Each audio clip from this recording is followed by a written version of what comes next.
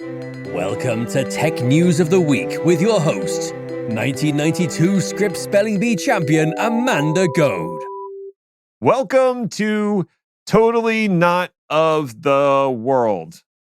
That one's okay. We'll go with that. This is our weekly tech news podcast where Chris and I talk about 4 news stories that caught our eye. Welcome to 2024. We are going to cover some things that happened in 2024 and maybe something that happened in 2023. I handled the main episode this week, so Chris, you can take it away with your first story. People are creating AI versions of people, and people are pissed. The AI people? All of the above. Okay. There is a new trend afoot. Companies are creating virtual avatars of celebrities in all fields that can be chatted with. The people who are being turned into avatars are not always aware of it. And shall we say, the public responses to this have been mixed. Facebook did this back in October, ostensibly with celebrity permission for people including Snoop Dogg, Mr. Beast, and of course, Paris Hilton. Whatever, fine, cute. Other creations have been done with no input, such as George Carlin, in an unironically unfunny publicity stunt that Carlin's daughter has strongly condemned, and American psychologist Martin Seligman. Seligman has been duplicated online as an AI chatbot based on, quote, every word Seligman had ever written, unquote, by a grad student. Same thing happened to relationship psychologist Esther Perel. Both of these therapists were interested rather than upset, but the wider internet is less thrilled. For one thing, it's not obvious that if Seligman or Perel wanted the bots taken down, that they'd have any kind of legal recourse to do that, like at all.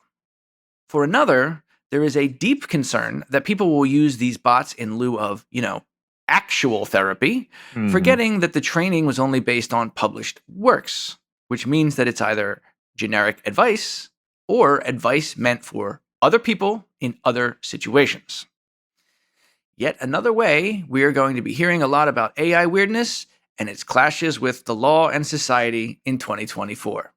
Happy New Year. Woohoo. HPE is acquiring Juniper to enhance their AI networking chops. Aruba is nonplussed. The news broke over the weekend and now it's official. HPE is going to acquire Juniper Networks in an all-cash $14 billion deal. This is the largest acquisition HPE has made since it split up with HP and ventured out on its own. In recent years, HPE has really focused on narrowing down its product portfolio and building up the GreenLake brand. Personally, never thought much of HPE's networking products. They were fine. It was very common to find Cisco networking gear alongside HPE's storage and compute products as part of a complete package. But that started to shift with the acquisition of Aruba Networks in 2015 and Plexi in 2018. And they still didn't have a robust story when it comes to data center and service provider networking. So grabbing Juniper makes a lot of sense. Juniper has also been developing their Mist AI features over the last 8 years, which has placed them far and ahead of other networking vendors who really didn't get their AI program in gear until 2023. HPE will now have the credibility to sell solid data center gear and a robust AI service that they can expand to encompass the rest of their greenfield offerings. How does Aruba fit into all of this? That's a story for another time, but I suspect they're not feeling entirely zen about the situation. Zen or Zen Next Generation? Yes. Very XCP about the whole thing. Wi-Fi 7 is here, and boy, is my router tired. I don't get it. So bad. I sort of get it, unlike Wi-Fi 7, which my current routers can't handle. No. Yes, I have more than one Wi-Fi router. Because of course I do. Doesn't everyone? Stop asking silly questions. Anyway, according to releases this week, Wi-Fi 7 is now the official new hotness.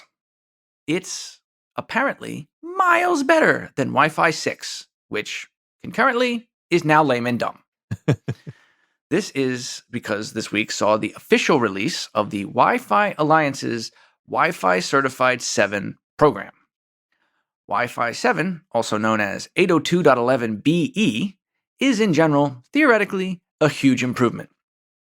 Double the throughput of Wi-Fi 6, higher reliability, less transmission overhead, and a frankly absurd theoretical max speed of 46 gigabits per second. All of this is, of course, theoretical, as perfect conditions for Wi-Fi can barely happen in a lab, let alone in real-world conditions. So I guess what I'm saying is both the article's author and myself are a little skeptical that this is really going to be a massive change. Not least considering we're at least one massive change behind. Mm-hmm. Wi-Fi 6, remember, still has a long way to go to a complete rollout. And Wi-Fi 6 hit the street back in 2019. There was also Wi-Fi 6E, which confused the naming for no good reason and extended the range to include the 6 gigahertz band, but we don't have to go into that. All I'm saying is, y'all are spoiled. Back in my day, we had 54 megabits per second for like 15 years, and we loved it. Loved it. It was fine. It was not fine. Kind of terrible. Uphill, in the snow, both directions. If listeners are interested, we did a whole show about Wi-Fi 7 and whether or not I should buy a Wi-Fi 7 router. And I came down on the side of buy 6E because it's cheaper and I actually have devices that will support it. Cisco acquiring Isovalent for eBPF expertise. HPE isn't the only company making network acquisitions. Cisco announced back on December 21st that they will be acquiring cloud-native startup Isovalent for an undisclosed sum, which means it isn't material to their bottom line, and therefore, they don't have to tell you. Cisco participated in previous funding rounds for Isovalent, so it's not entirely surprising that they have now decided to go all in. Isovalent, for their part, is focused on the paid version of the open source Cilium project, an eBPF-based networking solution for cloud-native, meaning containerized applications. The core idea is that Cilium can sit at the kernel layer and monitor networking traffic across all the containers on a host and make routing and policy decisions based on rules pushed from a controller. It obviates the need to have a sidecar attached directly to each pod in a Kubernetes cluster, lowering processing overhead and networking complexity. Cisco has been trying to move away from a pure hardware play for a while now and clearly sees cloud-native applications as the next frontier. The Isovalent acquisition is part of that overall strategy. I suspect we'll see Cisco gobble up some other cloud-native startups in 2024. Solo.io, you're on notice. Oh, is that how you say that? I always just said Solo.io. Solo.io. All right, that's it. We're done. Go away. Bye.